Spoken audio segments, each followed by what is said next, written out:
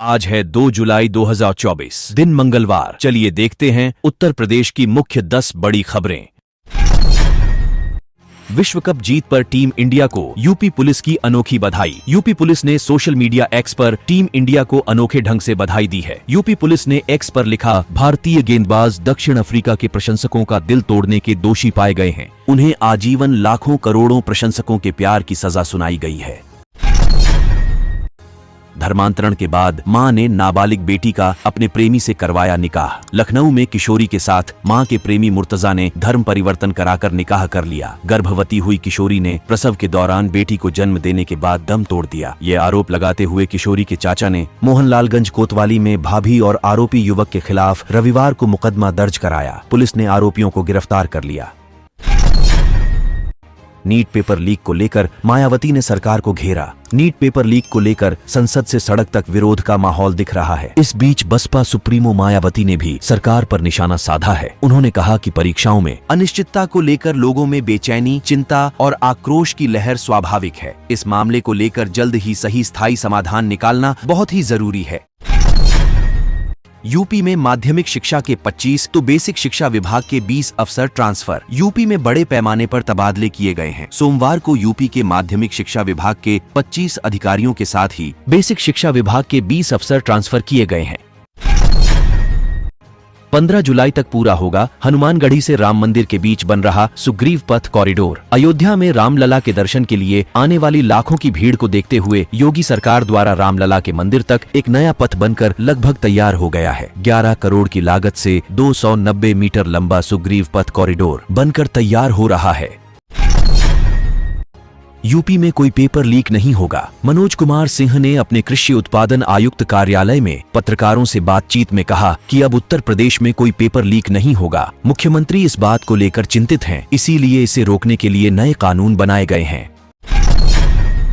काशी विश्वनाथ मंदिर के red zone में ताबड़तोड़ फायरिंग। वाराणसी में काशी विश्वनाथ मंदिर क्षेत्र के रेड जोन में गंगा घाट के रास्ते आए बदमाशों ने एक परिवार पर हमला करते हुए ताबड़तोड़ फायरिंग की। इसमें परिवार के 3 लोगों को गोली लगी है। अति सुरक्षित माने जाने वाले संवेदनशील क्षेत्र में घटना ने सुरक्षा प्रबंध पर सवाल खड़े कर दिए। बीएचयू में श्रद्धांजलि सभा के बाद मोर का राजकीय सम्मान के साथ अंतिम संस्कार। बीएचयू परिसर में सरदार वल्लभ भाई पटेल छात्रावास के उद्यान में कुत्तों के हमले से घायल मोर की मौत गई। रविवार सुबह 11 बजे छात्रावास के ही तुलसी उद्यान में मोर का राजकीय सम्मान के साथ अंतिम संस्कार किया गया। जमीन पर कब्जे की शिकायत पर सीएम योगी एक्शन में। शाहजहांपुर से पहुंची अधिकांश शिकायतें जमीन कब्जे व पैमाइश में हीलाहवाली से जुड़ी थीं, जिस पर सीएम काफी नाराज हुए। सीएम योगी ने तत्काल जिलाधिकारी को 3 दिन के भीतर कार्रवाई कर अवगत कराने का निर्देश दिया। आज से 4 जुलाई तक कई ट्रेनें रहेंगी निरस्त। गोंडा बुढ़वल तीसरी लाइन निर्माण के चलते गोंडा कचहरी मैजापुर करनैलगंज स्टेशनों के प्री नॉन इंटरलॉकिंग का काम होगा। इस दौरान कई ट्रेनें 1 से 4 जुलाई तक निरस्त रहेंगी। कई ट्रेनें कम दूरी तक चलाई जाएंगी और कई ट्रेनें बदले रूट से आवागमन करेगी।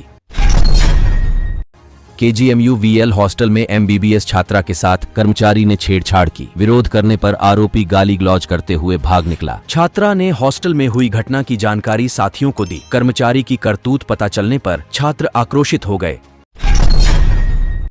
यूपी के शहरों में आर्थिक विकास के लिए योगी सरकार करने जा रही ये काम। योगी सरकार शहरों में आर्थिक विकास को बढ़ाने के लिए क्षेत्र विकास प्राधिकरणों का गठन करने जा रही है। शासन स्तर पर इस दिशा में काम शुरू कर दिया गया है। पहले चरण में बड़े बड़े विकास प्राधिकरणों को मिलाकर एक क्षेत्र विकास प्राधिकरण का गठन किया जाएगा।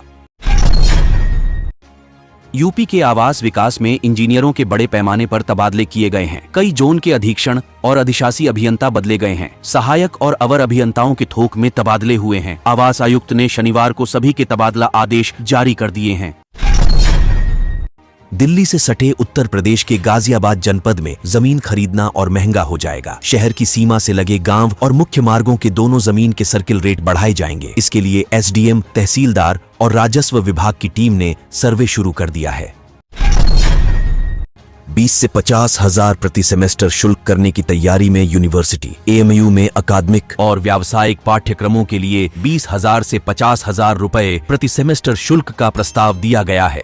अधिष्ठाताओं ने संबंधित विभागाध्यक्षों से शुल्क को लेकर चर्चा की थी। 126 पाठ्यक्रमों में 10% स्ववित्त पोषित सीटें होंगी, जिन पर दाखिले उन विद्यार्थियों के होंगे जिनके नाम प्रतीक्षा सूची में हैं। योगी सरकार 1 जुलाई से वन महोत्सव का आयोजन कराएगी। यह महोत्सव 7 जुलाई तक चलेगा। इस दौरान एक तरफ विरासत वृक्षों के संरक्षण पर सरकार का जोर रहेगा, तो वहीं दूसरी तरफ पौधरोपण से संबंधित जन जागरूकता अभियान भी चलाया जाएगा।